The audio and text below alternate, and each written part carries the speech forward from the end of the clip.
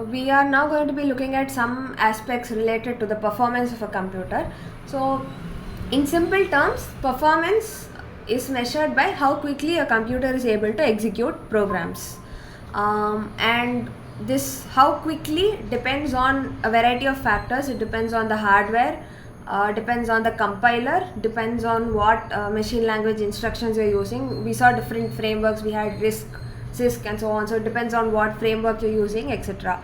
So there should be proper coordination between all these factors in order for a computer to be able to execute its instructions quickly. So we are going to be looking at some performance parameters right now.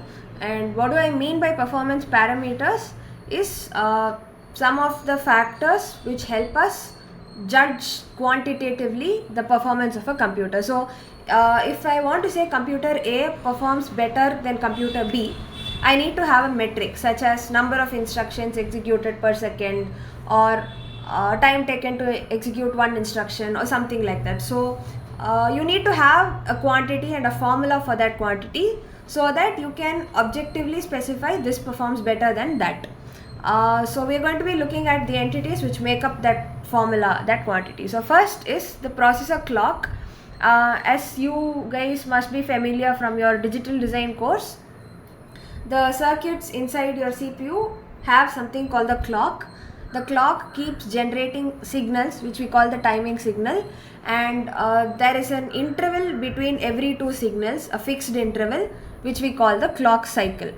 Now we also saw in one of these lectures that every program you take is converted to a set of instructions or micro operations, and each micro operation happens at one clock cycle, at one timing signal. So let us take P as the length of one clock cycle, meaning if your clock gives out a signal after every 5 milliseconds, then the length of one clock cycle is 5 milliseconds. So that is P. So the unit of P is going to be unit of time, seconds, milliseconds, microseconds, whatever. And clock rate is 1 by P, which is frequency. So it is the number of signals or the number of clock cycles per second, and its unit will be in hertz. So this clock rate is one of the quantities which will be part of the formula which helps us measure performance.